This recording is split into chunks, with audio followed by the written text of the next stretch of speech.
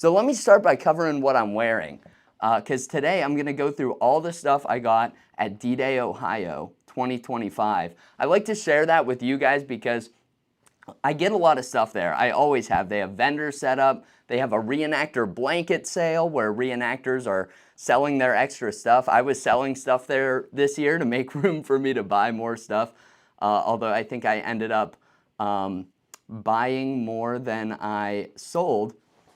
Lucius is in the chat, dude. Thanks for being here. I think I just got a letter from you that I picked up from my P.O. box. I think next week I'm going to do a fan mail stream, so I'll open that up. But thanks for joining, man. Anyway, I always get a bunch of stuff there, and recently fans have been bringing stuff for me to the event. Like, I'll meet people at the event, and they brought stuff to give me, which I never expect people to do that, but it's super generous. Oh yeah, John's in the chat saying that he bought 2 of my items, and he gave me something that I have here to show today. I have, like, you guys can't see it, I'm pointing towards nothing, but there's a big pile of stuff next to me that I got from D-Day, so that'll be coming up. The camera quality is a bit worse than it used to be. Yeah, that might happen. My Wi-Fi is kind of subpar right now, so we'll see. Hopefully it... Oh, somebody said I sent fan mail, so when? Fan mail, I'm hoping to do this the same time next weekend, if all goes well, to open up fan mail. So, all right. On to the first thing that I got at D-Day, Ohio, which everyone's dying to know, I'm sure. It's this, this suit that I'm wearing here.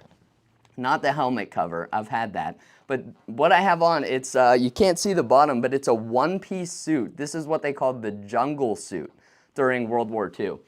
So they, oh, thank you for the dono, Marcus. I appreciate it. But these jungle suits, oh, sweet. Thank you, TF2 Cat. I appreciate the dono.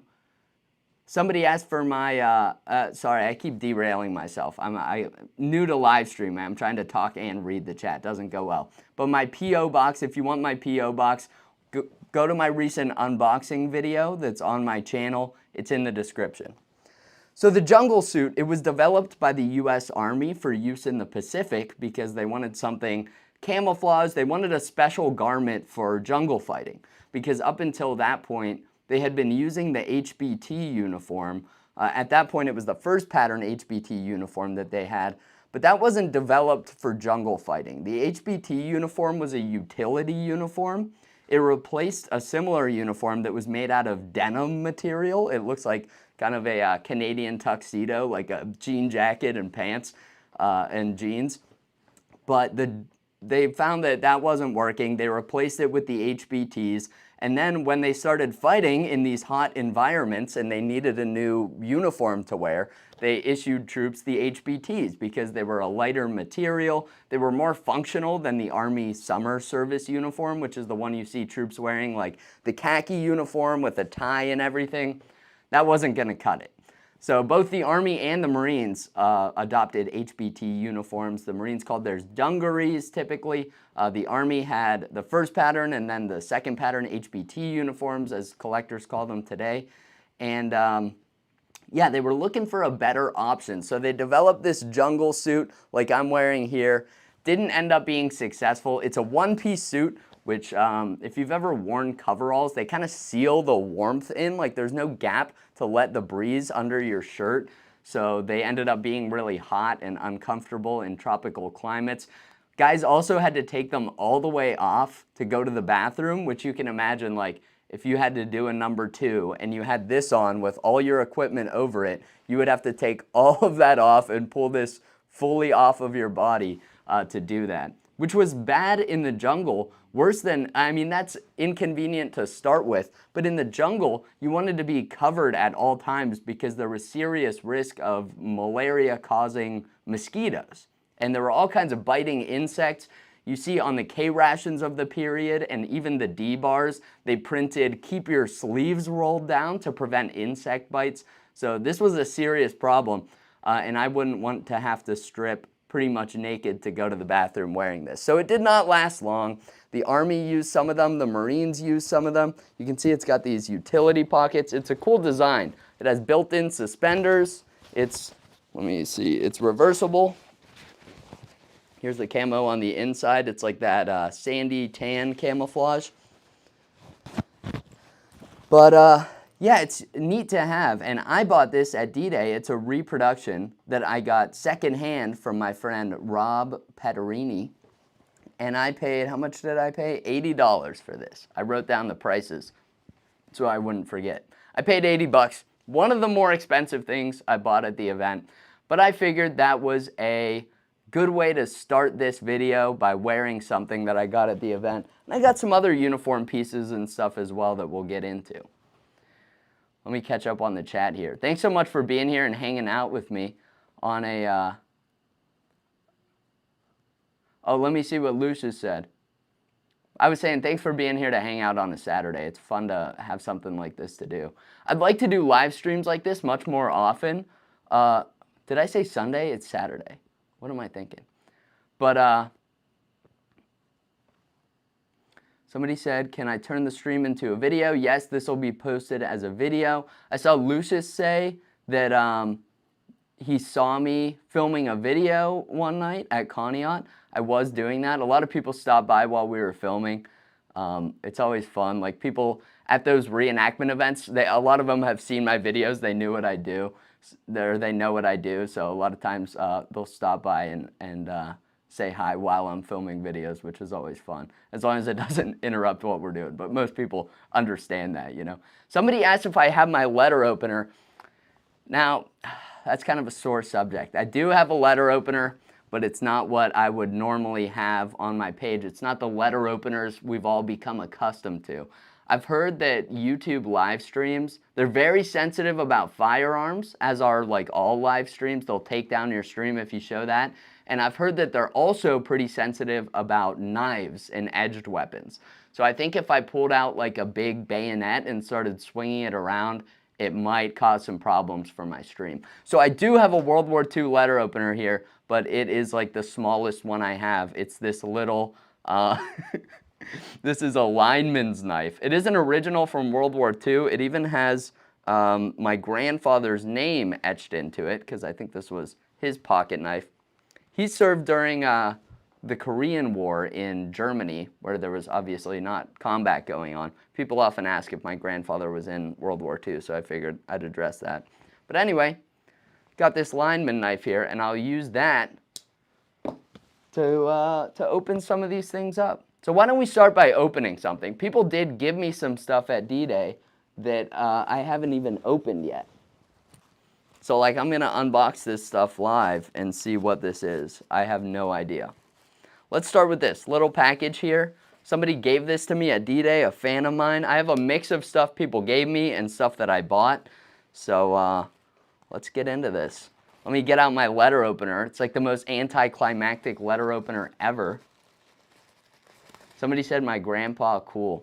My grandpa was cool, dude. I have some cool pictures of him in the military. And honestly, he looks a lot like me, like when he's in his uniform and stuff. I'll have to post those at some point.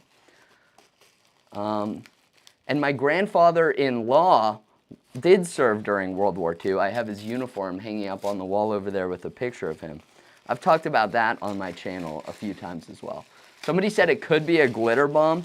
You know, I'm worried about that when I do the fan mail unboxing. I think I'll lay down a tarp or something just in case. But people gave me these in person and didn't know where I was going to open them, so.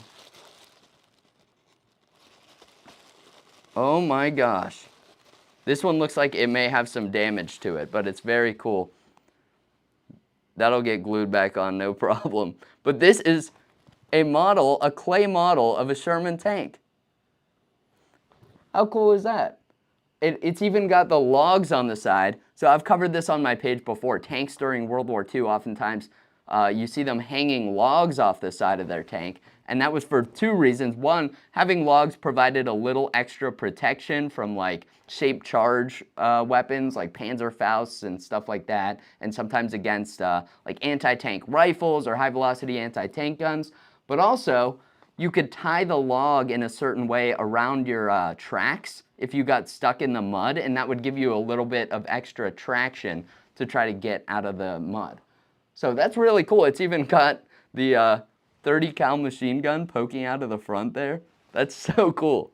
Well, that's awesome. Thank you so much to whoever gave me this. I unfortunately could not keep track of who gave me each thing that I'm gonna unwrap today, because people were giving it to me while I was at the event, and I was trying to talk to people and put this stuff in my pockets and keep it safe.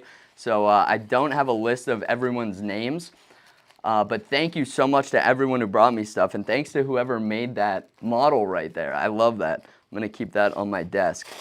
I have so much cool stuff decorating my room now because people have made me a bunch of like model soldiers, and of course I have plenty of my own World War II stuff, but people have given me all these little decorations and stuff that I have all over the place. Spices up my my studio here. I'm trying to be gentle with this since the last thing was made out of clay. Oh my gosh, it is another clay tank. And again, this one, it looks like a couple of the pieces separated here, but that will be easy to put back together. In fact, I think I just fixed it. But this appears to be a German tank. Is this maybe a Tiger tank? It's hard, yeah, it looks like it. It's got those two like spokes coming up in the back like a tiger. Now I can have my tanks dueling on my, maybe on my bookshelves over here would be a great place for them. I can have my dueling tanks. That's pretty sweet. Somebody said, where's Stand in the Door 1944? You know, I did get some stuff from them at D-Day, but I don't have that to show in this video. They gave me some stuff to use in a video that I have coming up, so I will definitely be talking about that in a bit. Let's keep moving. I got a ton of stuff over here to unbox. Somebody said, what do I do for work? Great question. I do this for work. This is my full-time job, making videos online.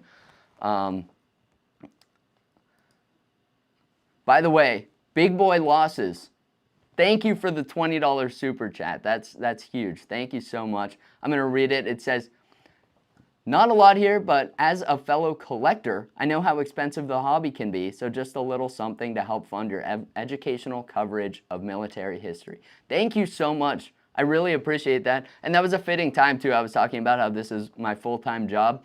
So yeah, the money I make on here does support like my ability to go to these reenactments and everything, to buy this stuff that I show on my page, so I really appreciate that. And if people want to know what I did before I did this as a full-time job, I was actually an engineer at an automotive company. I won't say where exactly, but I was designing car parts. So, what do we got next? All right, I was thinking about saving this one for later because it's so cool, but it's sitting on top of everything else, so I'm going to show it right now.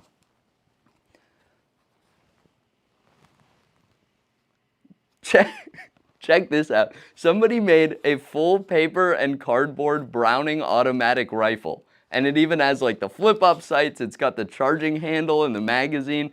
It is so cool. And I think I asked the guy how long it took to make this, and he said it took 3 days, which is crazy.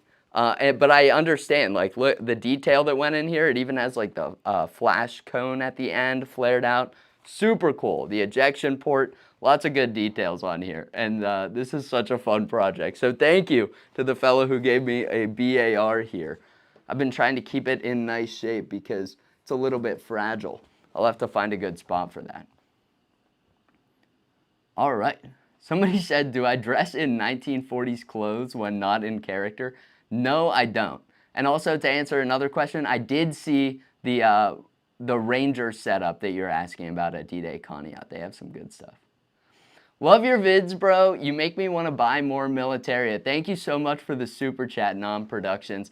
And I apologize to your wallet for making you want to buy more stuff because this stuff does not come cheap. And we'll get into that a bit when I cover the stuff that I bought at D-Day. Some of the stuff was expensive. I spent a few $100 at the event just buying cool things.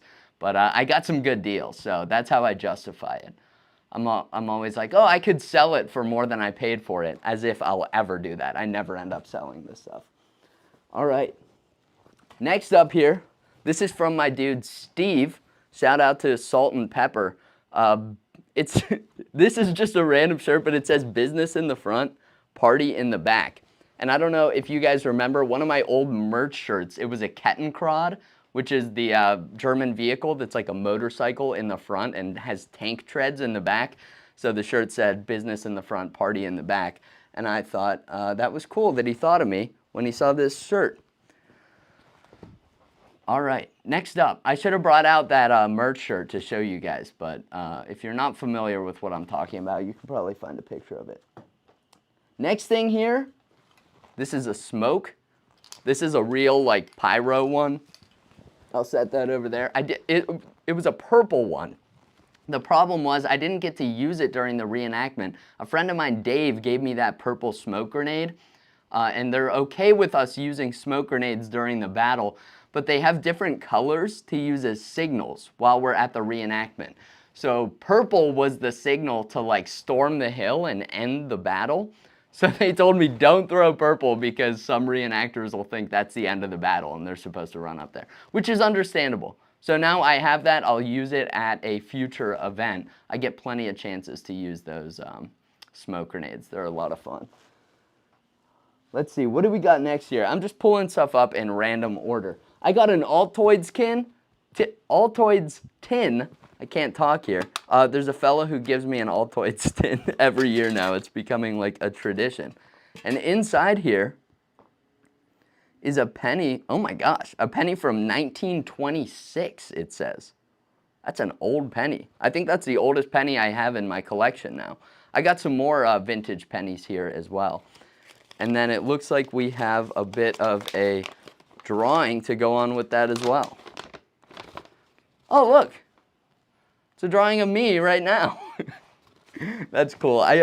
This is clearly me in my poncho at that reenactment I went to, Troops in Town, a couple weeks ago, or I guess that was like a couple months ago now. Time flies. These are like recreations of pictures I took there, and then these look to be some paratrooper pants with the leg ties here. It's hard to point at stuff when my camera's flipped. But if you guys don't know, so the paratrooper pants, they have these distinctive leg ties, and the 101st and 82nd Airborne actually used two different types of leg ties just because their uniforms were reinforced separately. But those were added to the uniforms because the paratrooper pants had these huge pockets on the legs, but they were kind of low down, almost by your knees. So when you ran, if you had those pockets loaded up, they would be swinging all over the place. It made it really hard to move around. So that's why you see paratroopers with those ties on their pants. It's so they can tie whatever's in their pocket. They can load them up and tie it to their leg so it's not swinging around when they try to run. Let's see what's in this bag of goodies here. This is more stuff people gave to me at the event. We got a pistol belt here. This looks like an OD7 pistol belt. Not sure if this is a US manufactured one or what. It probably was at some point maybe, or it's a foreign copy. I don't know, but it's cool. It's in a bit rough condition, but that's all right. I could always use an additional cartridge belt, or sorry, pistol belt. Cartridge belt is the one with the pockets on it. Then in here, this is a bag of goodies all from the same person. It's labeled World War Wisdom. Thank you for the super. Got a penny. Whoever's here at 11 or 12:30 local time, thank you so much. All right, I'm going to open this letter. I think I had already opened this at the event briefly. Oh, this is awesome. The letter says, Dear World War Wisdom, I am an 11-year-old boy and love watching your vids. I've been watching for over a year now. I thought I would give you some stuff. You can also give my YouTube channel a shout out. Here's the shout out. It's The History Boys. I've seen their videos. Check out The History Boys. A bunch of young people getting into history. That's always a plus in my book. The first thing I gave you is a Repro helmet net that's a bit small. Okay, let's see. I'm going to pull this stuff out as he mentions it in the letter. Oh my gosh, there's stuff stuck in the helmet net. There's more than I thought in here. There we go.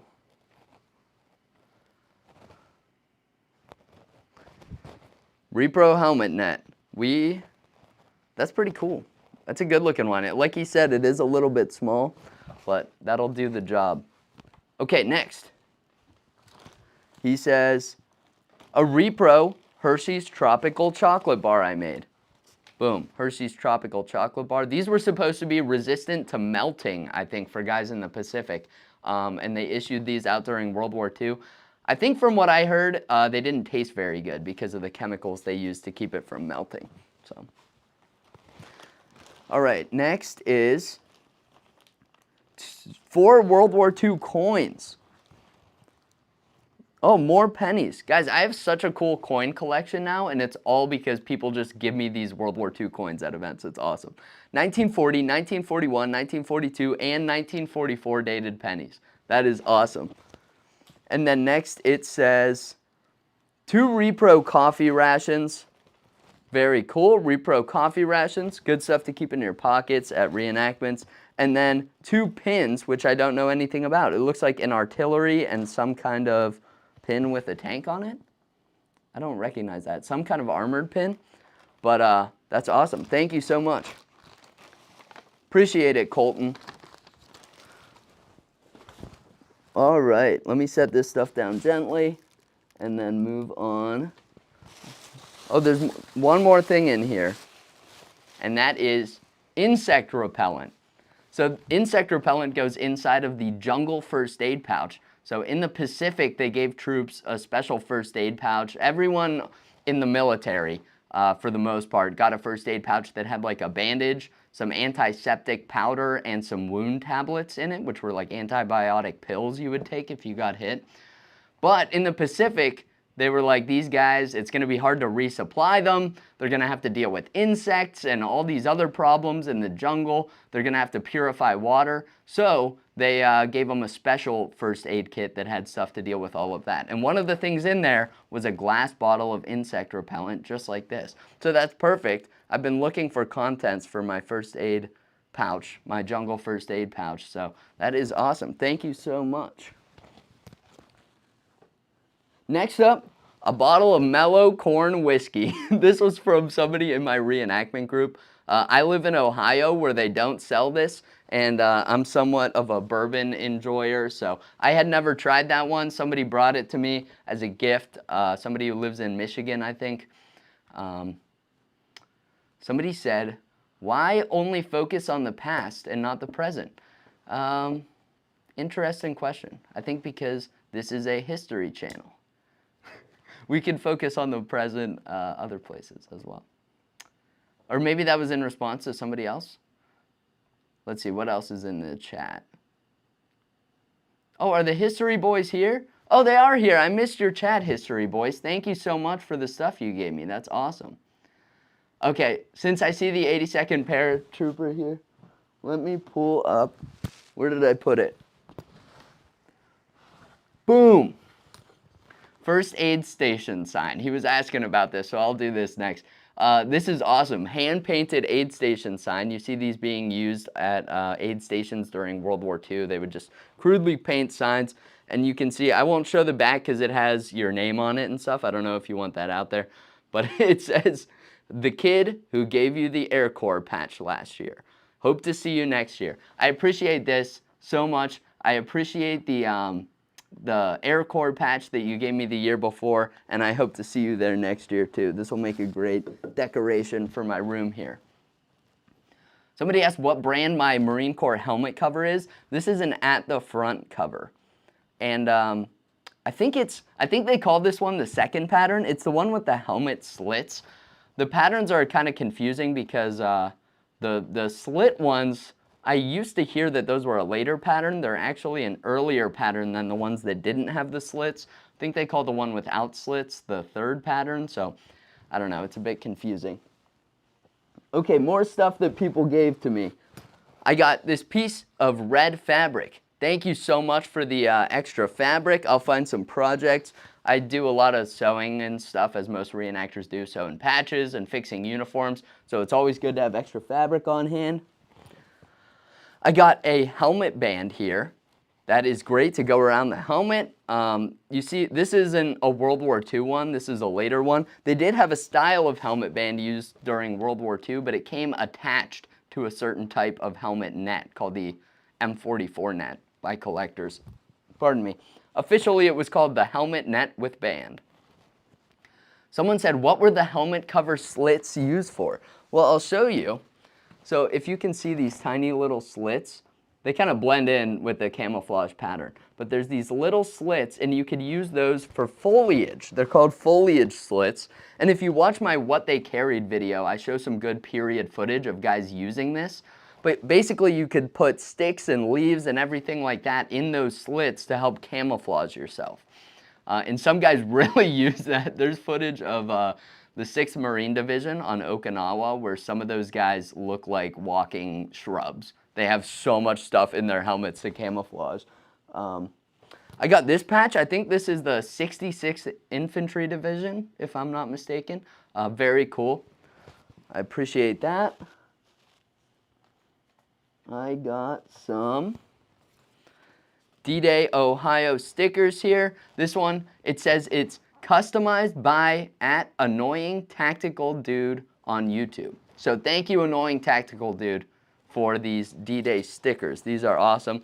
I also got a Mr. Beast, or sorry, Mr. Beast, not Mr. Beast. Mr. Beast was not at D-Day Conneaut. Mr. Beat was at D-Day Conneaut, who is a YouTuber even better than Mr. Beast, if you ask me. But if you guys don't know who Mr. Beat is, he's like a social studies and history YouTuber. He makes a ton of great videos, and I recorded some stuff with him at D-Day. So if you want to see, that'll be posted on his channel when that comes out. So make sure you're subscribed to Mr. Beat on YouTube so you don't miss our video that we did together. All right, next up.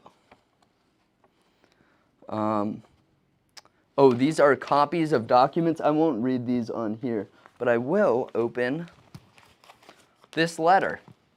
Like I said, some people gave me stuff at the event that I still haven't opened. I figured it'd be fun to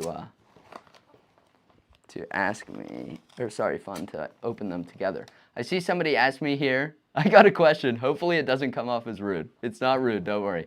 But do you study the British as well? And then they apologized again. Don't worry, that's not a rude question. I do sometimes, but my channel focuses on US stuff, and that's just what I know the most about. That's what my collection is, so I end up learning about that stuff. World War Wisdom, do you check your email often? Emailed you a few days ago about a future YouTube channel. I'll take a look at that and get back to you. Sorry if I missed that email. I get a ton of emails every day. I try to get back to them quickly, but sometimes it takes me a bit. So I will look and take a look at your email there. Thanks for the reminder. And thanks for the super chat to help support my page and help me keep buying, you know, stuff for my collection.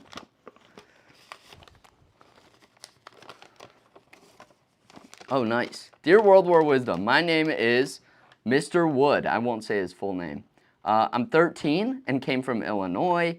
I love your vids. My D-Day Ohio 2023 videos, he says it got him interested in coming to Ohio. My great-grandfather, my great-great-uncle served with Patton's 3rd Army during the Battle of the Bulge and at the Siegfried Line. Anyway, love your videos, so keep doing what you're doing.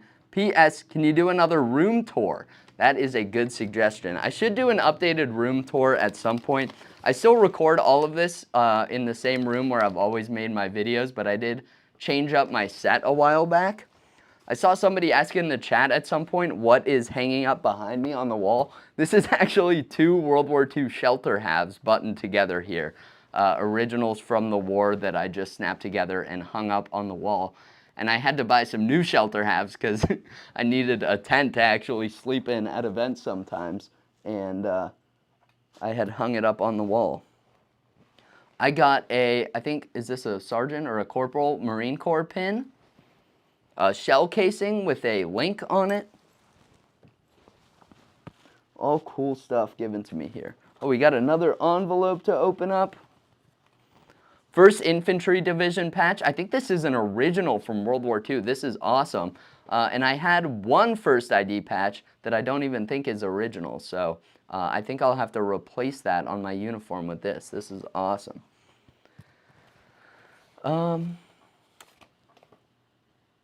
I'm just reading through here, reading some of these comments. I'm a kid who made you the 1918 cardboard BAR. Thank you so much for that, man. This is like the coolest thing. I've never seen somebody make something like this before, so thank you so much for that. I appreciate you being here in the stream. Okay, next thing I got here is some patches. These are actually just printed out on cardboard, but these were designed by my friend Steve, who we call Salt and Pepper. So what do you guys think? It's a cool cool logo design that he did here. Would anyone be interested in that on like a shirt or something, like on the sleeve? I don't know, pretty cool stuff. He's a generous guy and offered it up for use, so might have to take him up on that at some point. But it was thoughtful of him to bring these printed out, customized patches for my page. Very cool. Let's see. Oh, another super. Dean Wright, watching from England. I'm an ex-Royal Engineer. Thank you so much for your service as a Royal Engineer. Keep up the good work. Love the videos. I really appreciate that. Thanks for coming by to hang out, and thanks for the super chat. Like I said, that money goes directly into me buying World War II stuff. So thank you so much for supporting my addiction to military surplus. I'm going to open this carefully. It looks like it might have some photos in here.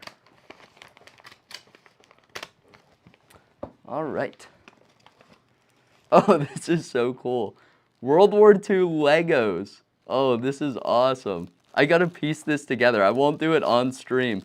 But this is what, a World War II British soldier, it looks like?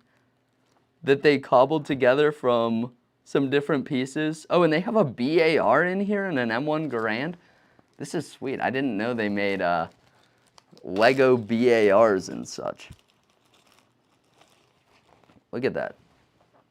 Lego Browning automatic rifle and a figure to go with it. And they even have like field gear, like a pack in here. That's sweet. What else do we have?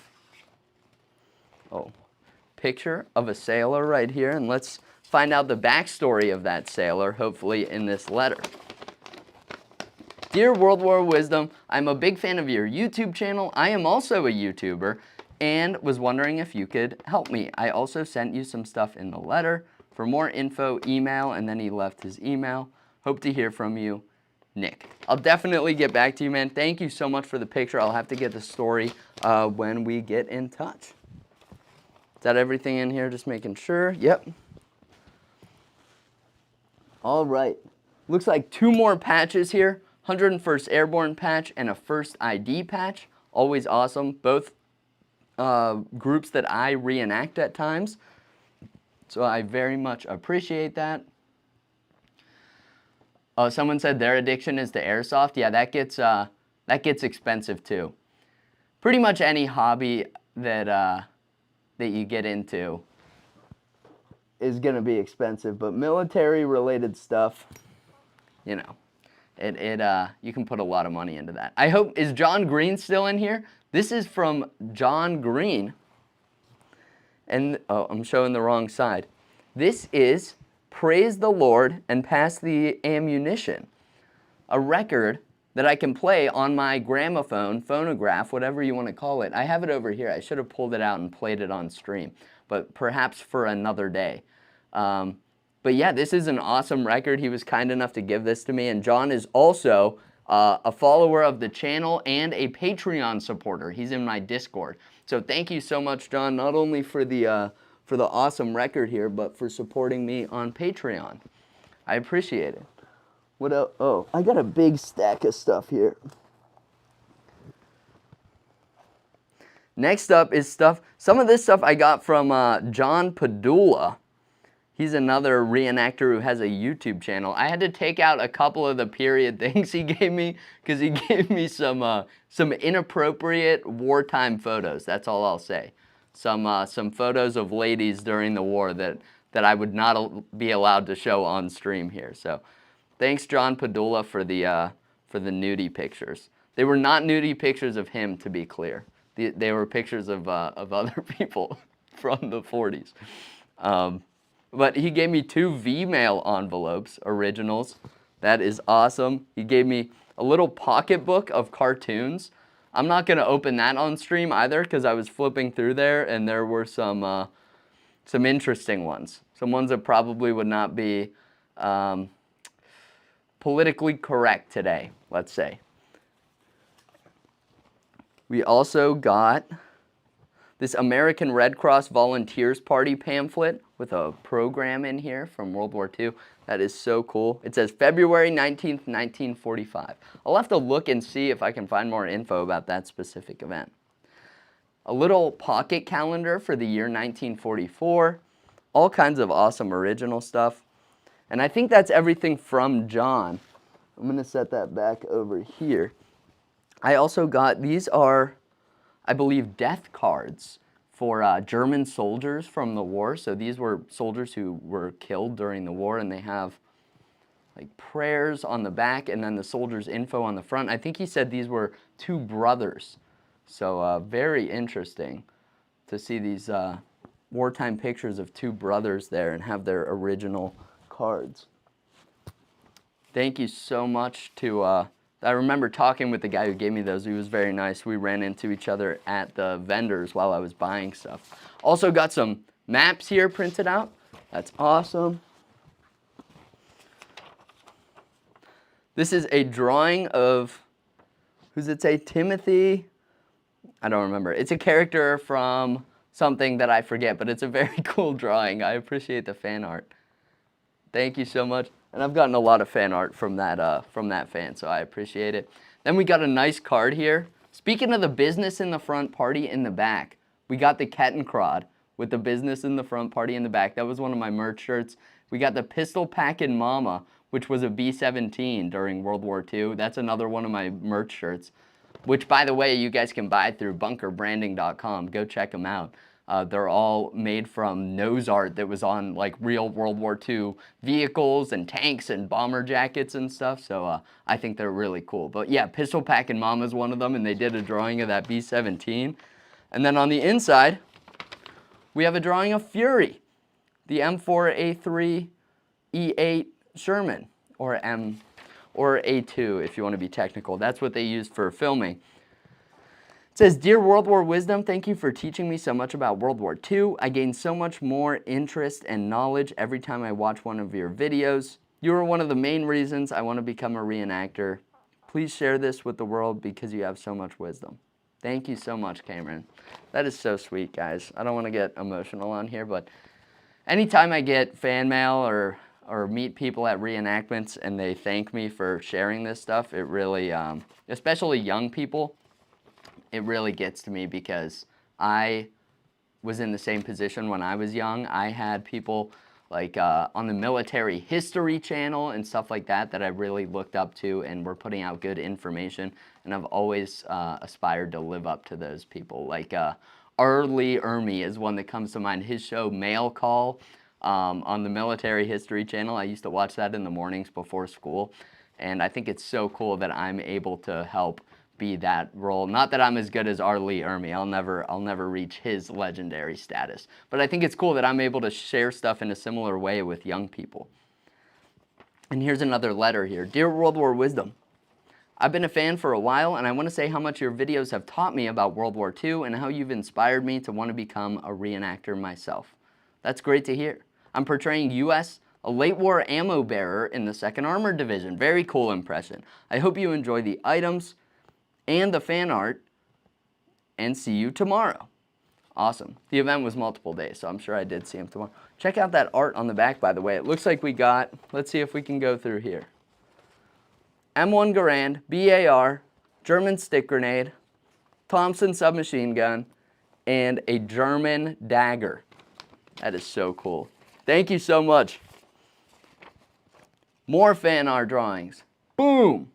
That's a really good one. I love getting fan art because I am a terrible artist. So when people send me really cool art, it just like blows my mind. When I try to draw stuff, it's actually like stick figures. It's so bad. R. Lee Ermey was the best. You're up there with him too. I wouldn't say that, but I do think R. Lee Ermey was the best. I don't know if I'm up to that level, but he did so much for the for military history. We got a drawing of a Mark II fragmentation grenade, it looks like here. Very cool. This is awesome. Check this out, guys. a drawing of, it says D-Day, Ohio, and you can see the battle. These are the Germans. Whoops, I'm pointing at the wrong side. These are the Germans up here. These are the Americans storming the hill. They have the landing craft coming in from the from Lake Erie, in our case, for the reenactment, but what would have been the ocean. And then they have beach obstacles and all these soldiers. And if you look closely, he labeled you. I'm there storming the bluff, which is so cool. I think they might have had a little too much faith in me, though, because at the reenactments, I don't think I ever have made it this far up the bluff. I always die before I get up the hill. If you don't know what I'm talking about, watch my reenactment videos from D-Day, Ohio. I always take a hit before I get up the hill, because that's kind of the thing at that event. Everyone wants to live the whole time so they can storm the hill and win D-Day. But I always like to take a hit and, and die, because I think, one, that's important to represent. Two, I'm usually tired and ready to lie down by that point in the battle. And three, somebody's got to do it. And it makes for good footage. Rita! Rita! People are saying Rita in the chat. Guys, Rita in the chat. Come on, for Rita. If you guys don't know, my reenactment group has a thing going for Rita Hayworth. We had people vote for Rita Hayworth versus Betty Grable at an event, and it got us on this whole Rita Hayworth kick. So please, let's get some love for Rita in the chat. I think I got to put out 4 Rita merch at some time, because Rita is just such a staple of our reenactments. Rita! Okay. So next year, I got these 2 books. These are made by Missdrop44, a guy who makes a lot of reproduction stuff. He also has a YouTube channel where he's reacted to some of my videos and stuff. Check him out if you haven't seen it. But these are books with a bunch of, this one is all tin can labels, and it's a whole book of these labels. Like, he sells these on his site. I hadn't even seen these before, but you can just cut these out and put them on cans to make your own reproduction cans. And it's a full book of them. Like, normally if you were to buy reproduction cans with the labels or buy the labels individually, they're very expensive. So it's cool to have that whole book. I can make a bunch of them. And then this other one is chocolate bar wrappers from the 30s and 40s, which is sweet. So I can make a bunch of period correct chocolate bars to have at events. That is going to be so much fun. And these were gifted to me by my friend Joe, who lives in the UK. So he was over here for D-Day, and he brought me these. He brought our group a bunch of cool stuff from D-Day, or sorry, from the UK that we can't get here. I'm trying to read chat and talk at the same time. That never goes well. Because somebody asked, who's Rita? They got to be filled in. Rita Hayworth. Look her up. Look her up. Trust me. Trust me. She's she was a popular lady back in the day. I'll let you guys read up on her on your own time.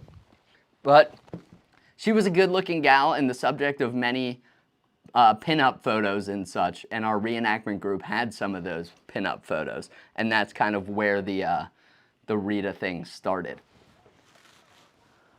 What else do I got here? Oh, I still have another box to open, and it's Christmas themed. How fun is that?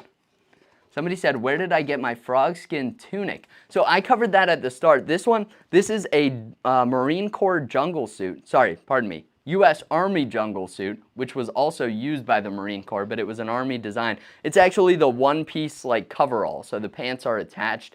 It also, by the way, has built-in suspenders, which is pretty cool. And when you reverse it, the suspenders are on the outside. It's kind of a neat design. But I bought this for $80 used from a friend at the D-Day reenactment. This was the first thing I bought. Next up, we got this film camera. How cool is this? I haven't done the research on this yet. This is a motion picture camera, so it shoots video. And if you look, you wind it up, it still works completely.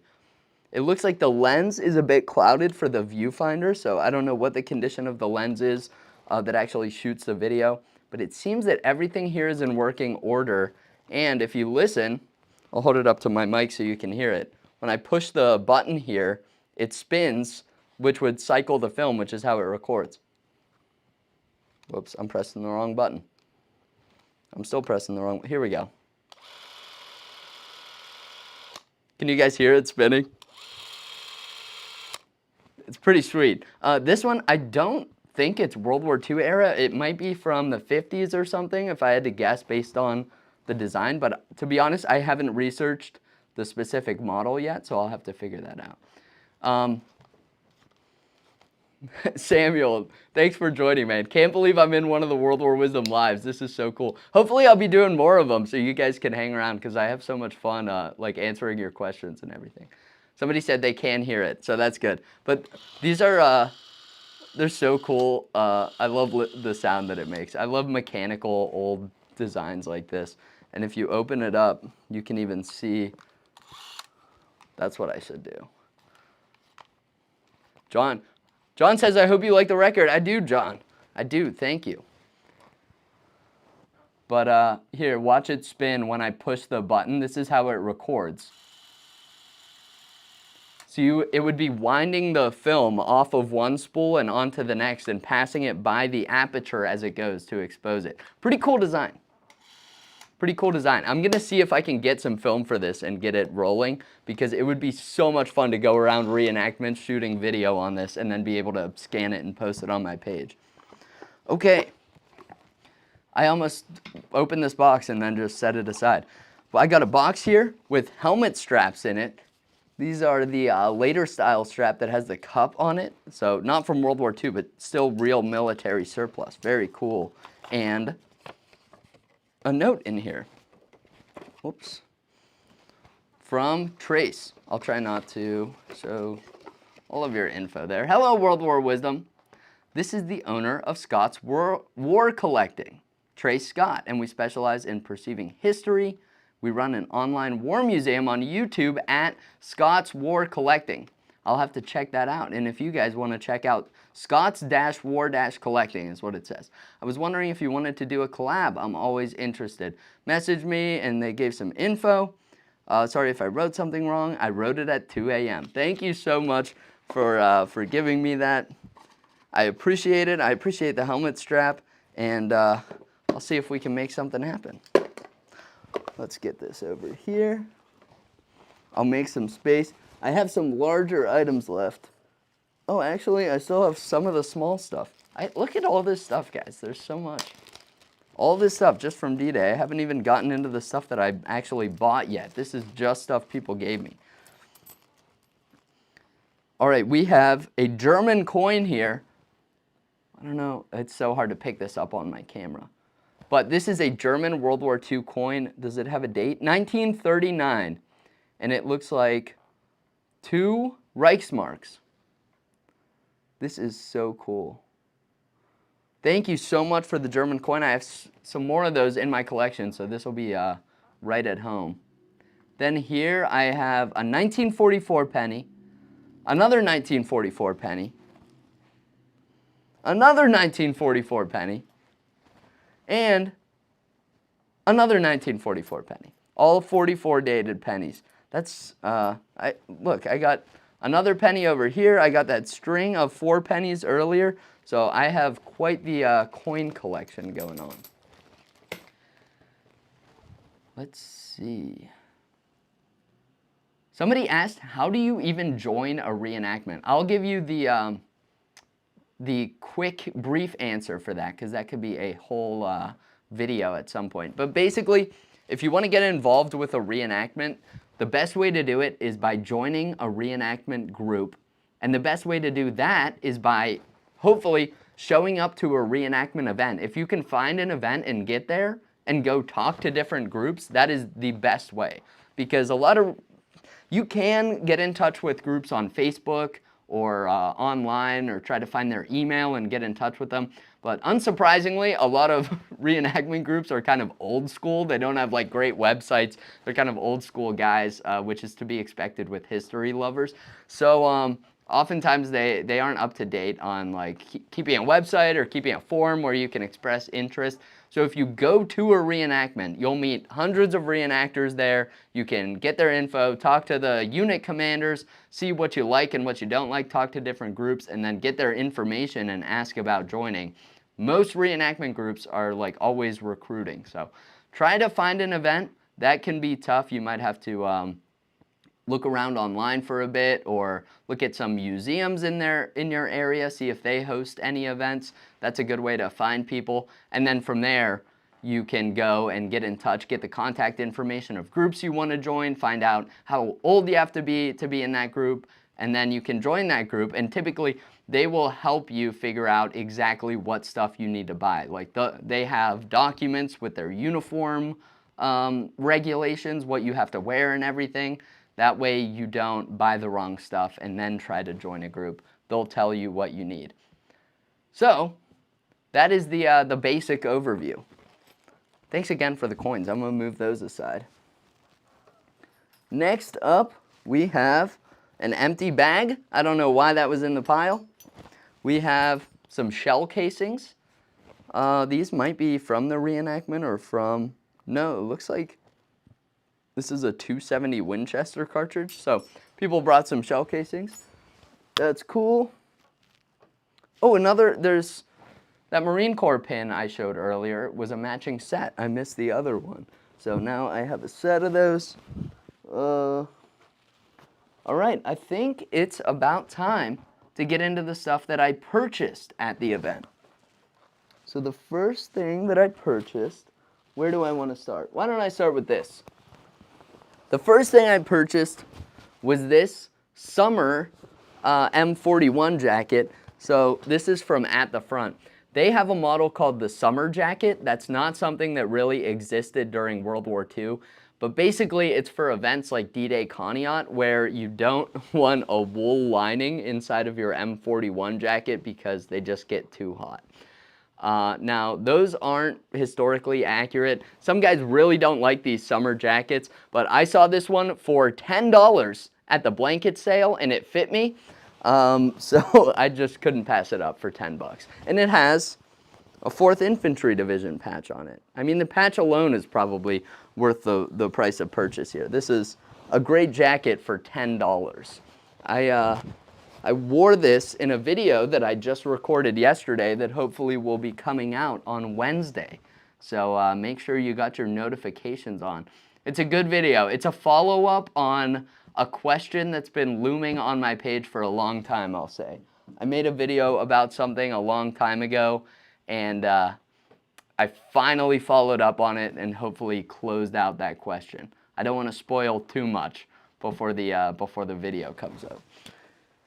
Next up, 2 protective covers. These are early war protective covers. If you guys don't know what the protective cover is, this was, it looks like a little rectangle here, but it's kind of a compressed poncho. I think they were made out of cellophane. And basically, you would, sorry, just got distracted by chat. Basically, you would pull this little tab here, open this up. It would unfurl into a big, like rectangular poncho that you would pull all the way over your body. And that was for gas attacks. So if there was like a gas attack from the air and you didn't want like aerosolized chemical weapons, so not exactly gas, but I guess that counts as a gas weapon, you would pull this over your body and lay on the ground to hopefully keep the gas from getting on your skin or keep the chemical weapons from irritating your skin. So this is the early war version. There was a late war version as well that looks a little different, but I bought 2 of them because soldiers would be issued 2 of these in their gas mask bag. So I didn't have any of these for my gas mask bag for an early war impression or even a mid-war impression. They use these ones pretty much throughout the war. I think very late you see the later version come up. But I got a great deal on these. I bought 2 of them and I paid, how much did I pay? $15 for 2. So that's a great price. 15 bucks for 2 protective covers. I kind of want to open one of these up on my page at some point, one of the protective covers, but also other people have done that, and once you open it, you can't repack it, so I guess if you want to see one of these be opened, maybe it's best to just leave it to the ones that have already been opened instead of ruining another one. But you also, those protective covers, as you can imagine, guys had those in their gas mask bag. Everybody had 2 of them, and they were this big plastic-like sheet, so they ended up being used for a lot of other stuff too. They used them as body bags.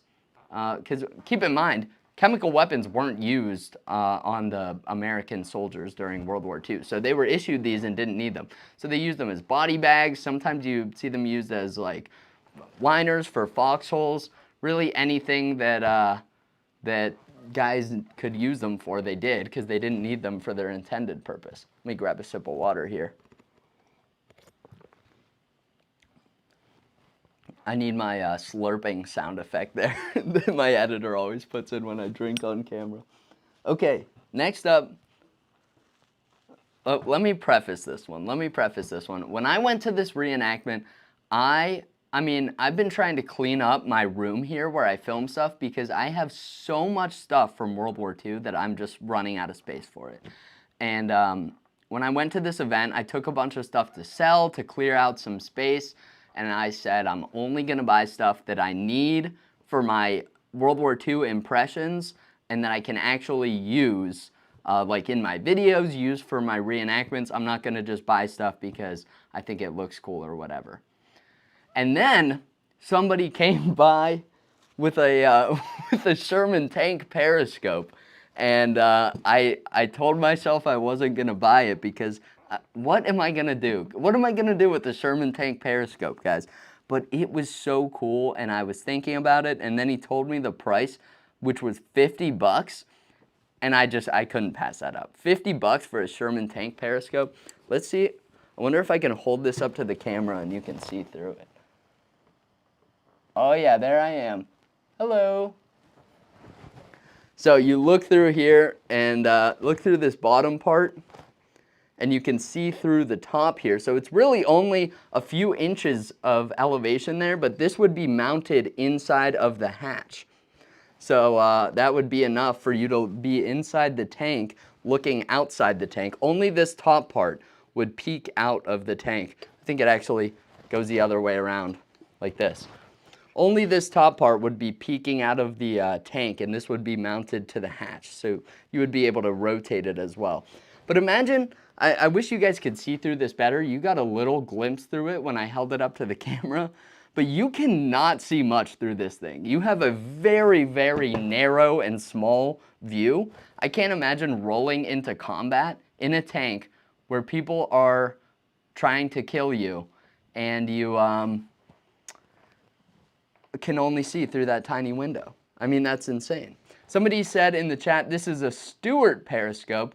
You might be right. I have not researched this. I don't know the difference. It's some kind of tank periscope. I can tell you what it says on here. Periscope M6, stock number 7578357. So I'll have to look that up. I'm sure I can figure out exactly what it is. I just haven't gotten around to it yet.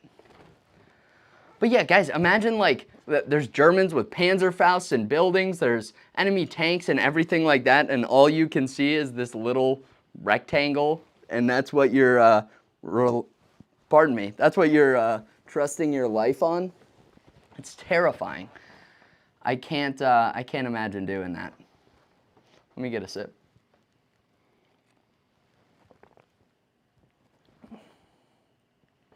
Yeah, that would be. Somebody said, yeah, that's an M5 Stewart periscope. Okay, so it's a Stewart periscope. Just as cool. I honestly didn't know there was a difference. I figured they probably just used the same one. Thanks for the information, Integra. I appreciate it. What time is it here? Oh, we've been going for an hour already. Nice. Someone said, that's why you hope your tank commander is operating head out. That is so true. So the tank commander, they also, I think, had a periscope, but in addition to that, they had this little cupola, which was little windows around, like the hatch kind of pokes up. You got to watch my video on the Sherman tank if you want a visual representation. But the cupola had all these windows in 360 degrees, and you could move it around to, in theory, let the tank commander look 360 degrees. The only problem is it's so low to the turret that, first of all, you can't see anything close to the tank. You can only see stuff far away. And also the windows are so small and they get dirty, you can't see anything through those things. So yes, if you were a tank commander, oftentimes they stuck their heads out of the tank so they could see threats around them, even though that often exposed them to shrapnel and you know, explosions, mortar fire, enemy small arms fire. Tank commanders were at very high risk doing that, and they had a high casualty rate. But it was still oftentimes a safer option to stick their head out and be able to see approaching threats than just try to stay buttoned up inside of their tank. Alrighty.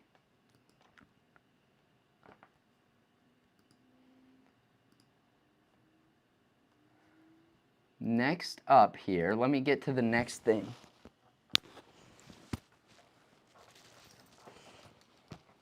Shout out to Hudson, by the way. I saw Hudson's comment about the about Rita and about the Sherman. Hudson's my editor, so guys, maybe follow him on Instagram. I don't know if Hudson wants his Instagram advertised, but it's in the description of my videos. Next up, oh, this is another thing somebody gave me. It got mixed in with the other pile. Somebody gave me these M36 suspenders. These are reproductions, but they're very good reproductions, I think, compared to some of the others I've seen. They're 42 dated. They look pretty nice. And if you guys don't know, so the M1936 suspenders, these are what the paratroopers often worn. These were also worn by officers and other people, depending on their roles. Armored infantry troops got suspenders oftentimes. It just depended. But these were used a lot during the war, and I do have opportunities to use these for my impressions. Most often I do well, I always do an enlisted impression. I'm never an officer, so I don't have as many opportunities to wear these. I'm usually lugging like the haversack or some kind of field pack that was used during the war, since those enlisted guys often didn't get the suspenders, even though a lot of them really wanted them. I have a whole video about that if you guys want to check out my video on loved gear from World War II. I think that's in this first part of that. It was a series. Anyway, I do still do airborne and stuff like that sometimes, and for that, they did use these suspenders because airborne troops couldn't really wear the haversack with their parachute harness. It got in the way. So what they would do was wear suspenders and have a musette bag, and normally the musette bag clips onto these two rings, which would be in front of you, and then it hangs on your back. So the paratroopers would clip it onto those rings and hang it in the front underneath their reserve chute, and that way it wouldn't get in the way. And they were lucky about that as well because the haversack just sucked. The musette was way better, so. Oh, thanks for the super. I appreciate it, Monkey GT. Let's see. Hi, I love your vids and was wondering, what should my next World War II vid be? And also, I started a World War II channel. How do I get my subs? Well, is this your World War II channel that you're commenting from? If so, then go check out that channel. And the way, if you want to know the honest answer on how to get more subs, it's just to post consistently. And that's what everyone says, and it's so true. But that's how I built my audience, was posting all the time for years and years. I've been doing this for, what, 5 years now? That's crazy. But yeah, it takes a long time. So you got to put out content that people are actually interested in and keep doing it consistently. And then I'm sure you'll build up a following. The most important thing is that you just actually care about this stuff. That's what a lot of people tell me about my videos, is that they can tell I really am a World War II nerd and that I'm not just faking it for the camera, and that's absolutely true. I love talking about this, so it's easy for me to put out videos. Someone said, can they see my M1 Garand? I wish, but YouTube does not allow that on live streams. So I have videos about my Garand, but I cannot pull that out right now. I'm actually looking at it. It's right over there. But no, I can't. I can't. Thank you so much for the donos. Oh, did we got it? Oh, Michael, thanks for being in here, man. Someone you and I know. Your work is the real deal. If you guys don't know who that is referencing, please go to Michael's channel and watch his Dragon Man Museum videos. You will have a good laugh, and you won't regret it. So go check that out. Thanks for the super, Michael. I appreciate it. Read it in the chat for Michael, says Hudson. You guys know we are big Rita fans here. All right, let's keep going on, because I still got more stuff to show. And now I I think I might regret this because I said this already and was wrong already, but I think we're through all the stuff people gave me at the event, and now we're into just stuff that I paid money for. So right here, I got a World War II roll top Marine Corps pack. This is called the P41 pack, but this is the late war pattern of that pack. So some people call it the P44 pack because that's like when they really adopted this. But this is the roll top pack. So you can see it has this little flap here, and you're supposed to kind of roll that up to keep your equipment dry and safe and whatever else in there. The other model just had a flap. That was the earlier model. So I have to do some more research. I don't think you really see these used often during World War II. These were used a lot in the Korean War by the U.S. Marine Corps. But what I'd love for you guys to do is, this is an original. I think it's a World War II manufactured one. Again, they made these during World War II. I don't think a ton of them made it to the front in time to be used. Maybe very late in the war they did. But go ahead and put in the chat, how much do you guys think I paid for this? An original World War II pack. It has all of the straps. It's not dated, I don't think, but it is in pretty good condition. So take your guesses in the chat. And while I do that, while you guys do that, let me confirm and see what date is on here, if any. I do love these roll top packs. It's a very unique design. And this thing is in nice shape. I bought this from the vendors at D-Day, Ohio. We said 75. Hudson said 67. We got, 75, 35, 100, 20 billion, 30 bucks. Good guesses, good guesses. All right, you guys ready for the reveal? Also, someone said look under the flap. It should be dated.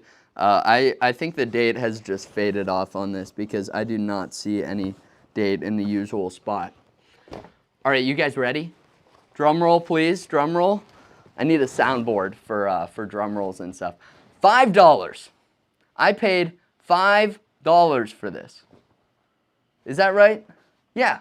I had to check my sheet. I couldn't even believe it when I said it. This was on a $5 blanket where it said everything here $5.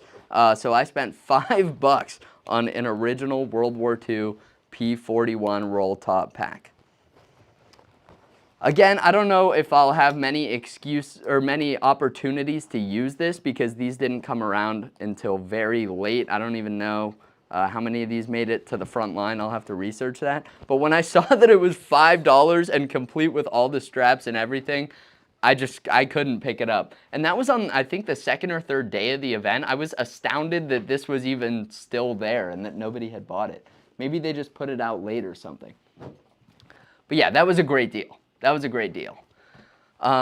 Next up, another Marine Corps pack. Now this one I did not get as good of a deal on it, but I do think it was a good deal still. So this is a lower pack. The Marine Corps pack system, they had an upper pack. So the one I just showed was an upper, and they had a lower.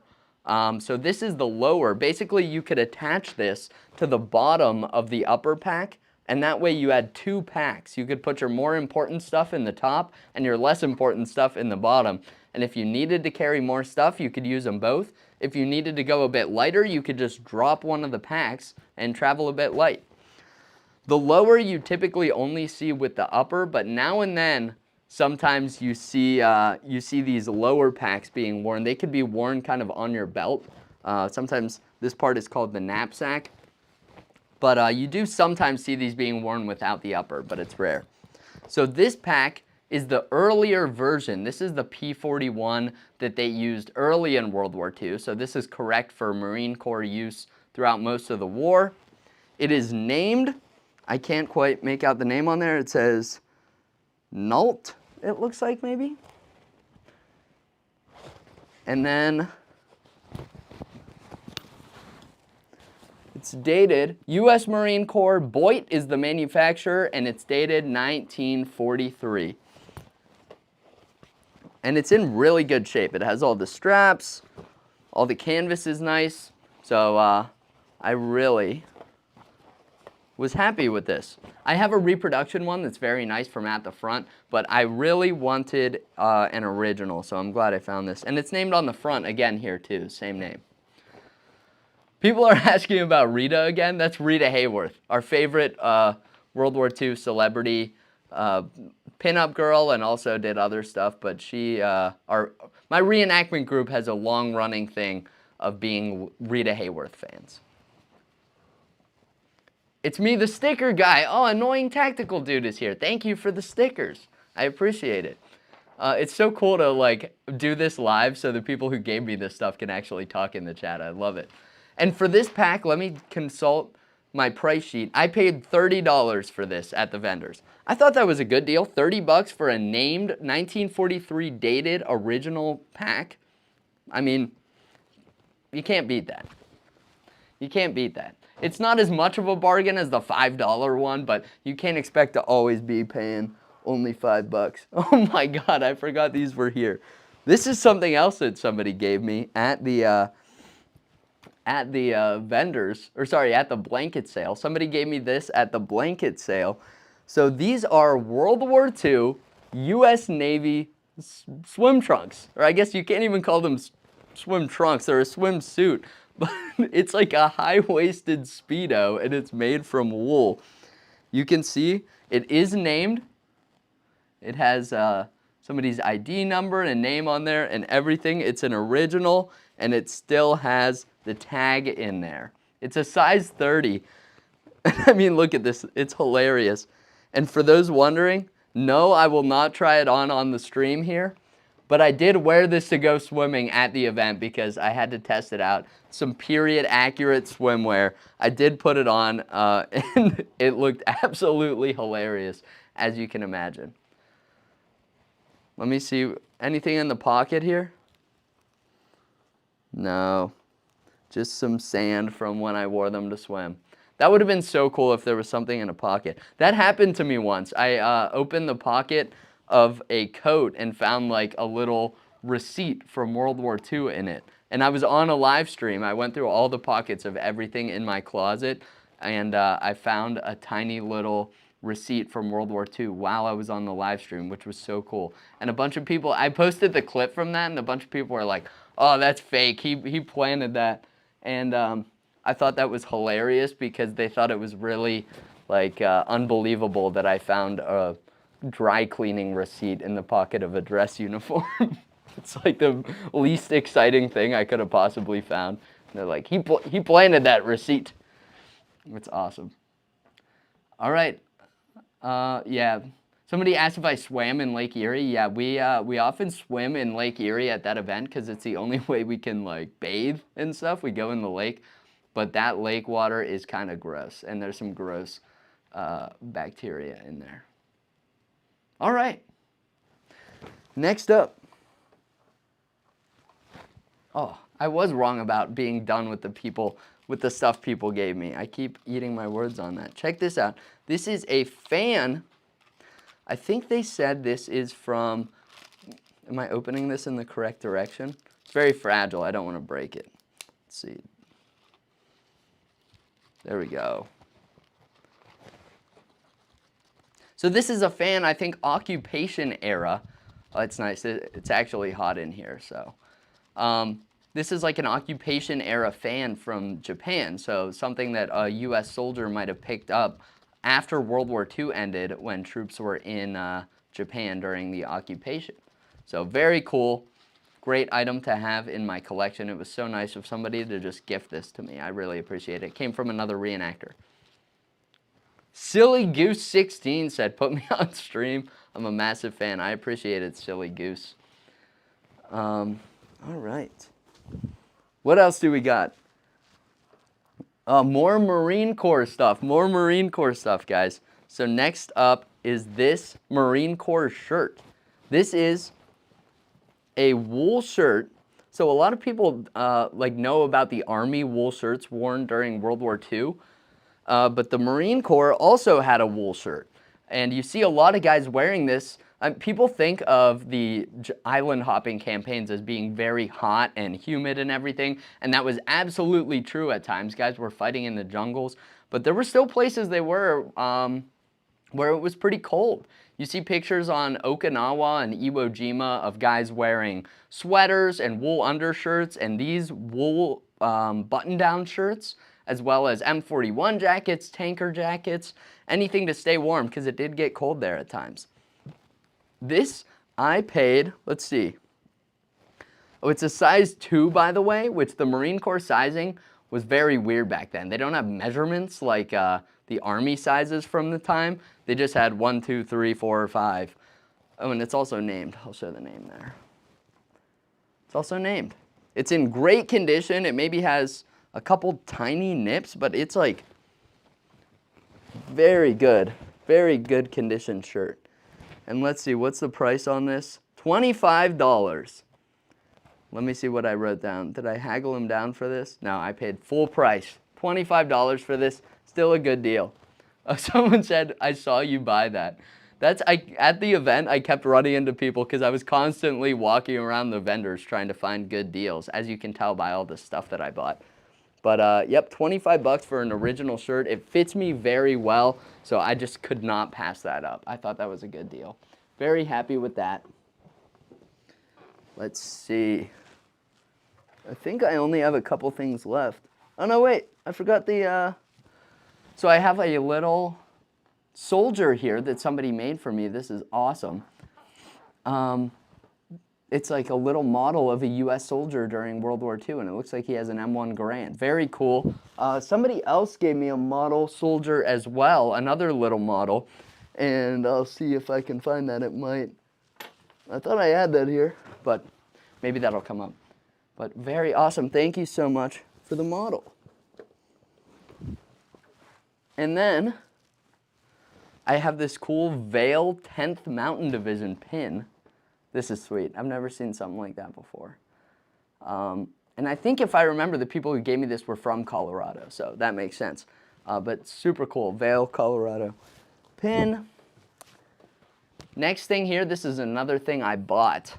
Let me remind myself how much I paid for this. I paid, okay. This is a Marine Corps poncho, an original poncho. These were double-sided. This one's pretty supple. The other one I have is a little crinkly. This one's maybe you guys can hear that. It's a bit crinkly, but it's not as bad. When you put it on, it can still drape over you. The other one I had, before I got it wet at least, it was stiff as a board. Like when I unfolded it, I was worried it was going to crack. It was so stiff. But now that I've gotten it wet a couple times, I think it's loosened up. I love the look of the green camouflage on these ponchos. It's so cool looking, and they look even cooler when you get them wet, in my opinion. It gives it like a nice deep green color. Oh, thank you so much for the super chat.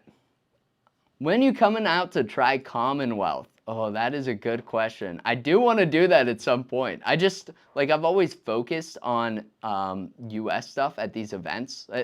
And with my collection, I just collect US stuff. So I have not done any Commonwealth impressions, or I don't have a Commonwealth collection, but it would be really cool to do that on my channel. I also just don't know as much about that stuff, so it makes it a little harder for me to cover. I have to do a bit more research when I talk about Commonwealth stuff, but I do love talking about that on my channel when the opportunities come up. Let me see here. Is there a date? Oh, we got a stamp. I don't remember if this is dated, but I will say, see the corners of this poncho? We can tell this is an earlier war poncho, earlier war, not that early, but the late war ones made in like the late 1944 and 1945, they had grommets in the corners here so that you could string them up like a tent. The earlier versions did not have that, so we know this isn't a late war poncho, and let's see if this stamp includes a date. It's so hard to see. Can you guys see the stamp I'm talking about? I honestly can't read it, and I can't make out a date. So that's kind of a bummer. I'll have to keep looking and see if it's dated somewhere. But like I said, We know that it is at the latest 1944 because after that they were making ponchos with grommets in them. But this is cool, original Marine Corps poncho. And remember I gave that whole spiel about how I was only buying stuff that I actually needed and I wasn't going to buy stuff just because it was a good deal or because it looked cool. Well, I already had one of these and I bought it anyway, but it was $50, which for an original Marine Corps poncho in good condition like this is a crazy good price. They usually go for around $100. The other one that I bought that was very similar to this cost me $100 after I shipped it and everything, maybe even more, $115 or something. So getting one for 50 bucks, I just couldn't pass it up. I figured it doesn't hurt to have two of them around. And people always ask me like, oh, you could just resell it and make a profit. And yes, I definitely could, but I never end up doing that. I always say I will, but I end up keeping this stuff. Marine sailors were allowed to swim out of the bow of the ship after a cargo net was released during combat operations. Stopped sometime in 2021. Very interesting. I've seen photos, I think from World War II, of sailors swimming next to a boat, just like for recreation, and they have guys with rifles standing guard for sharks, which is pretty crazy. Because, please don't listen to that comment, Hudson. No edits of me. No, I'm just kidding, guys. I love all the love in the chat, guys. Thank you so much. Okay, next. What do we got? Do we only have one more thing? I probably should have put this stuff in a better place because it's like directly behind me and I can't see it. But I think I'm down to the final thing. Oh, I did. Okay. I got a cot at D-Day. Hudson, I'm sorry to bring this up. I got a cot at D-Day, but it broke. And it wasn't Hudson's fault, but Hudson sat on it and it ripped right through. But the problem was the fabric on this cot, I got it for free. It was all intact. It was missing the crossbars that go on the ends. So I bought crossbars for $5. That was on my price sheet here. And the cot was completely free. And then we set it up and I could tell when we were setting up that the canvas was kind of in bad shape, but as soon as somebody sat on it, it ripped immediately. And I took the cot home and I ended up taking the, what's it called? The cot cover off of the frame so I could maybe salvage the frame, but I still have the cover just as extra material. And it is so dry rotted. Like if I just go like this, it just comes apart in my hands. So it was definitely falling apart. I kind of feel bad for setting it up for Hudson and then it was like gonna fall apart. It's like a booby trap for him. So Hudson, sorry about that. Somebody asked if you can still eat original rations. Ask Steve MRE, whatever the year is in his name. Steve 1965 MRE or whatever his name is. That guy eats original rations sometimes. But no, World War II rations generally, by this point, they aren't good. When you find ration cans, they're often swelled up and or they have rusted through or something. And also, they're just too expensive. Rations, sorry, I need a sip of water. And by the way, someone said, do you guys sleep at D-Day, Ohio in those tents? Yes, we really set up and sleep there. So I camp out for like 4 nights at that event in a tent on a cot. But anyway, getting back to what I was saying, World War II rations are very expensive. An original K ration, if it's intact, unopened with everything inside of it, it would sell for, I would guess, around $500 to $800 for one K ration. They are very sought after. It would depend, of course, on the manufacturer and like when, if it was the morale box, people collect specific ones that are more desirable. But yeah, K rations and C rations from World War II, if they're original, are very expensive. Someone said swelling is an indicator of botulism. It is. Yeah, don't eat original ones. That's not good for you. Okay, let's see, what do we got here? I think we only have one thing left, and this was the most expensive item that I bought. I paid $100 for this, which is, someone said no amount of corned beef is worth $500. That's true. I think they're probably buying it to collect. I know some some collectors, I gotta stop. I'm doing the thing again where I read the chat and say the chat out loud instead of what I'm talking about. Some collectors will get rations and then empty out the contents to preserve the containers, because eventually the rations will rust through, they'll go bad. Like a can of food isn't going to stay good forever. It'll eventually rust out. So I've seen some collectors who empty out the contents, which are usually quite disgusting by that point. Although I will say I would eat something like instant coffee. Like, I have some original World War II instant coffee. I don't want to ruin it by opening it, but I figure, you know, it's dehydrated already. It's sealed in a package. You mix it with boiling water. It's probably safe enough. I wouldn't recommend anyone out there try it, but maybe someday, maybe for 1,000,000 subs, I'll eat instant coffee or drink instant coffee from a World War II ration or something. That would be pretty fun. Okay, you guys ready for the last item? I'm trying to get some hype for the last item. Again, most expensive thing I bought, $100. World War Wisdom goes blind. Okay, maybe I won't drink the coffee now that you say that. Okay, ready? Boom! Unissued World War II shoe packs. So shoe packs, or pack shoes, you hear them go by both names, these were winter boots. These came around pretty late in World War II. Most of the troops who ended up getting these got them like after the Battle of the Bulge. You can see they're a size 12. It's a little bigger than I wear, but I figured I'll put some put extra socks on and stuff.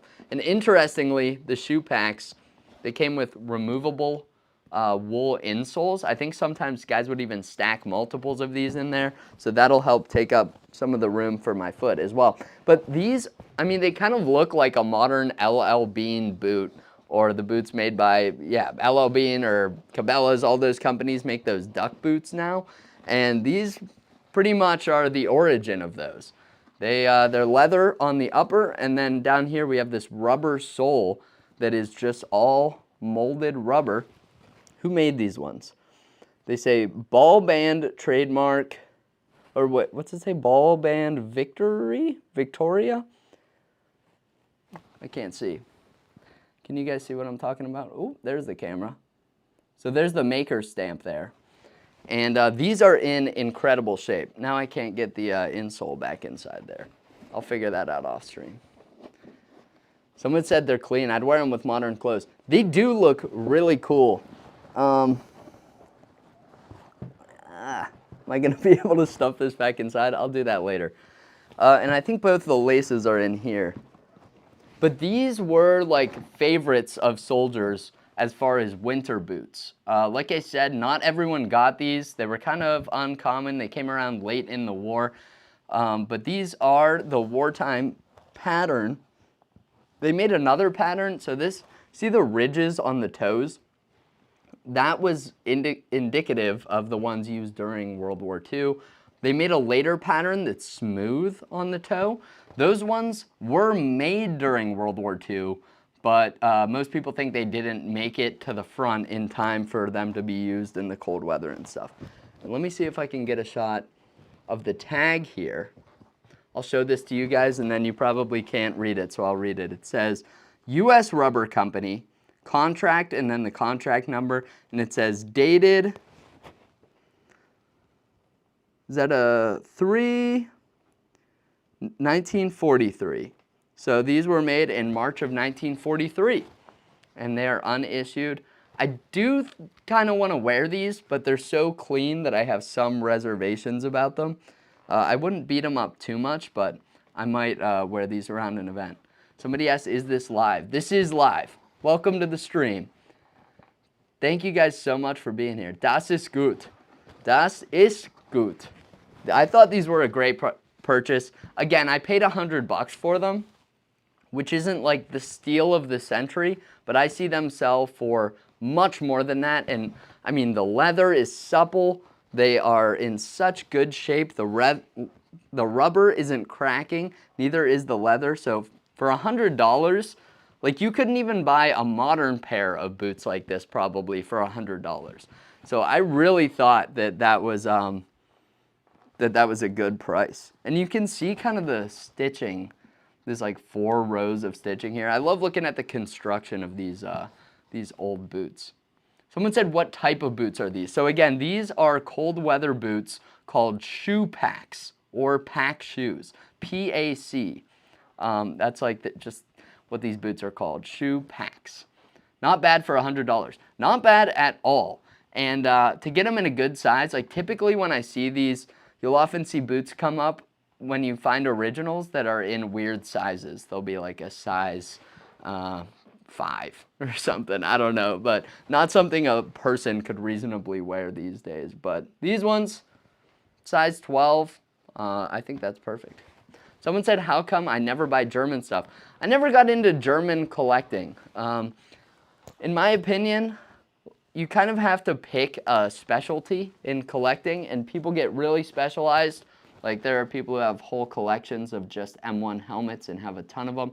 I don't get that specific, but I do try to stick to US stuff, because if I tried to collect everything from every military in World War II, it just wouldn't work. I would run out of space, and I would run out of I collect stuff I can use for reenacting. So I try to keep it to US stuff. That way I can keep using my collectibles in different impressions. There's a lot of crossovers for the different impressions I do. And also it keeps it from kind of getting out of hand and puts limits, so I at least know what to focus on. Otherwise, I would show up at D-Day Conneaut and just buy everything from every country. And then I'd be out of money. Somebody says I'm more of a US infantry guy. I am. That's definitely my specialty. I'm trying to read some more questions from the chat here. That's all the stuff, by the way. What's the shirt I'm wearing called? I've covered this a couple times already. This is a US Army jungle suit. Let's see. Repro or original. Those boots were original. Just reading. What do we got here? Chat's moving fast now. I'm done, so I'm just going to answer a couple questions for a few minutes, and then we can close up here. I look like a banana. Thank you, Dylan. World War historian. What's the shirt called? Oh, this like undershirt? This is just a the white U.S. Navy and Marine Corps undershirt that they used.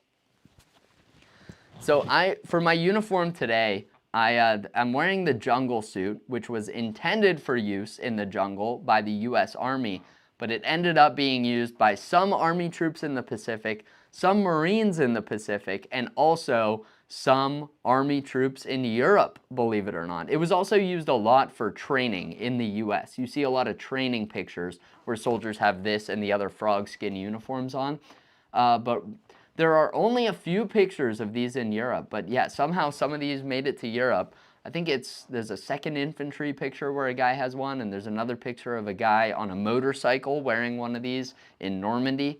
But I decided today I would base my uniform off of, there's like a famous picture of a guy demonstrating the jungle suit next to, there's 2 guys standing there. One's wearing a jungle suit and a helmet cover like this, and the other guy next to him is wearing the Marine P-41 camouflage uniform. So I figured I'd wear the exact same uniform that guy has on. He's wearing a Marine Corps white t-shirt and the Marine Corps helmet cover, so I figured I'd put that on for this video. Even though I'm talking about stuff I got at D-Day, it's still more of a Pacific uniform. Somebody said, I saw an original Paramarine jumpsuit and the guy wanted $1,500 for it. Yeah, those are super expensive. Original Paramarine stuff is so rare. Somebody said 41st Regiment. Yes, the 41st Regiment of the 2nd Armored Division. Those are the guys who primarily got the frog skin HBTs in Normandy. Now, I have a whole video about that and everything, about the misconceptions around that, about how they think they stopped wearing those camouflage uniforms because they were getting confused for Germans, which isn't really true. If you watch my video, I explain that. But, sorry, the chat is cracking me up. I love the team backpack comment. That's great. But anyway, to be clear, those guys in frog skin uniforms were not wearing the jungle suit. They were typically wearing the two-piece HBT uniform. The frog skin jumpsuit does appear very rarely in Europe. All right, what do we got? Were there bandoliers specifically fit for BAR magazines? There were. In World War I, they designed bandoliers for BAR magazines. They have 3 pouches. It pretty much looks like a section of the BAR ammo belt, but you sling it over your shoulder. They have very tight straps, so when you see guys wearing them, they kind of sit right under your armpit here. But yes, they did have bandoliers for that. They were not typically worn by BAR gunners, though. Typically, at least in World War I, they were meant to be worn by the assistant gunners. So the BAR man would wear the World War I style belt, which had an ammo pouch for a 1911. They had a 1911 ammo pouch. Then it had a cup that you would stick the back of the BAR in if you wanted to do walking fire. It would support the back of the rifle. And then it had 4 ammo pouches. That was what the gunner would wear. The assistant gunners, there were 2 of them. The first assistant gunner would wear that same belt because the idea was if the first gunner got hit, the assistant gunner would take over the BAR. So they would wear that same belt, but sometimes they had 2 bandoliers on. And then the second assistant gunner had a pouch that had rifle pouches on the front and then BAR ammo pouches on the back. So they would carry a rifle and they would also have BAR magazines. So it was a 3-man team, at least on paper in World War I, and that second assistant would also typically have the bandoliers on. I did a video about that, a short. If you look it up, it's on my page. But I did a short where I talk about that setup that I just mentioned and the like total amount of ammunition and magazines that they would have that packed into. But basically, they would have to change magazines very often. Oh, thank you, Roy, for the $2 super chat. I appreciate it. Let's see, what did it say? Oh, it's just a fist bump emoji. Well, sweet. Roy, thanks for being here, and thanks for the support. Okay. When are we getting an all my letter openers video? That could be a fun video. I have an entire shelf over here full of letter openers, and a lot of them have never been shown on my page. If you guys don't know what I'm talking about, letter openers, watch any of my unboxing videos and you'll understand. But yeah, I buy a lot of letter openers and I'm actually completely out of space on my shelf. If I buy one more letter opener, I'm going to need to start a new shelf, which would be bad news because then I'll have to buy more to fill up that shelf. You know, that's just how it goes, guys. I can't have one letter opener on its own shelf. Then I would have to buy more bayonets and stuff. Let's see. What's my favorite camo pattern, Jack wants to know. I think frog skin is mine as well. I mean, that's like the camo pattern of World War II for US troops, and that's what I specialize in. So I would say that frog skin is my favorite camo pattern. The Germans did have some cool ones. Like everyone knows, obviously the Germans had so many different camouflage patterns. They were very innovative when it comes to camouflage patterns. But the frog skin is just so classic. Someone asked if I talked to World War II vets at D-Day, Ohio. I did, and I shared some information about that when I sat down and made a video with some of my friends, Echoes of the Past. We have a video about that I made a community post about. But anyway, sorry, I'm going to put a pin in some of these chat messages so I can come back to them. But anyway, yes, I did talk to World War II veterans. At least one gentleman I sat down and talked with for a while, and we had a great discussion. He shared some really incredible details, and he was a BAR gunner in the 9th Infantry. and he just had some incredible stories that he shared with me, and it was very emotional. He actually cried while we were talking to him, and I knelt down with him, and it was the most emotional interaction I've ever had with a veteran. And I'm just so glad that that guy stopped to talk to me at the event. I mean, he just rolled up on a motorized wheelchair, and I asked him, you know, who he served with. And when I asked him, I said, "Who'd you serve with?" And he said, what do you mean, who did I serve with? And I was like, yeah, you know, like what division, what regiment? And he rattled off. He's like, this company, this regiment, 9th Infantry Division, this army. And then he was like, wow, I haven't thought about that in a long time. I think he didn't even know he still remembered all that until I started saying regiment and division and everything, and then he remembered all the way down to the company and squad level that he was assigned to. And that guy, I mean, he just had the craziest stories, talking about putting stuff over their foxholes to keep shrapnel from coming into their foxholes during the Battle of the Bulge. All kinds of incredible stuff. And of course, he was talking about, he was a BAR gunner, so naturally he's talking about how heavy the BAR was. That's always, I mean, you talk to anyone about the BAR, that's what they know about it. And if you've ever picked up a BAR, you understand why. All right, let me scroll back through a couple of these.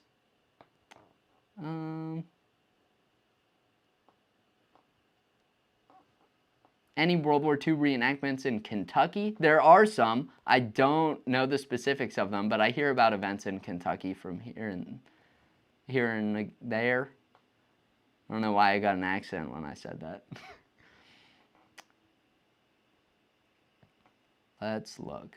Frog skin is yours too. Frog skin is cool. People like fleck tarn. Oh, are the rack grade Garands worth it? For those who don't know, they're talking about the civilian marksmanship program. Basically, when you buy a Garand from them, you can either go to their store and pick one out, and they price them based on the condition. They have like set categories, so rack grade, field grade, service grade, their expert grade. They have all different grades now.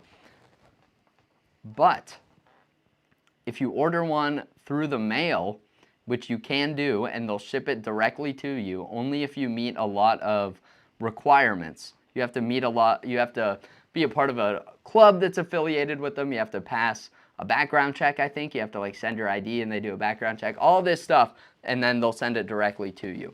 If you do that, all you get to do is select the grade. So you don't know the exact rifle you're going to get. So if you watch my video unboxing my M1 Garand, I had no clue what it was going to look like, but I bought a rack grade one, which at the time was $650. I think now they're up to $750, but I was very happy with mine. I had to swap out some parts. It had a stock on it that was probably Danish or something, not correct for World War II. I had to change that out. It had some late war parts on it, but it was in good condition. And the thing is, with rack grade ones, sometimes those have a little more wear on them, but I think that makes it more likely for you to get a World War II era rifle. Because the rifle that I got when I selected rack grade, again, they just selected a random one, and I ended up getting a 1944 barrel and a 1943 receiver on my M1 Garand, just by chance. So, because keep in mind, they made M1 Garands after World War II as well. So I got a World War II receiver, World War II barrel, all by chance, because I selected rack grade. All right, guys.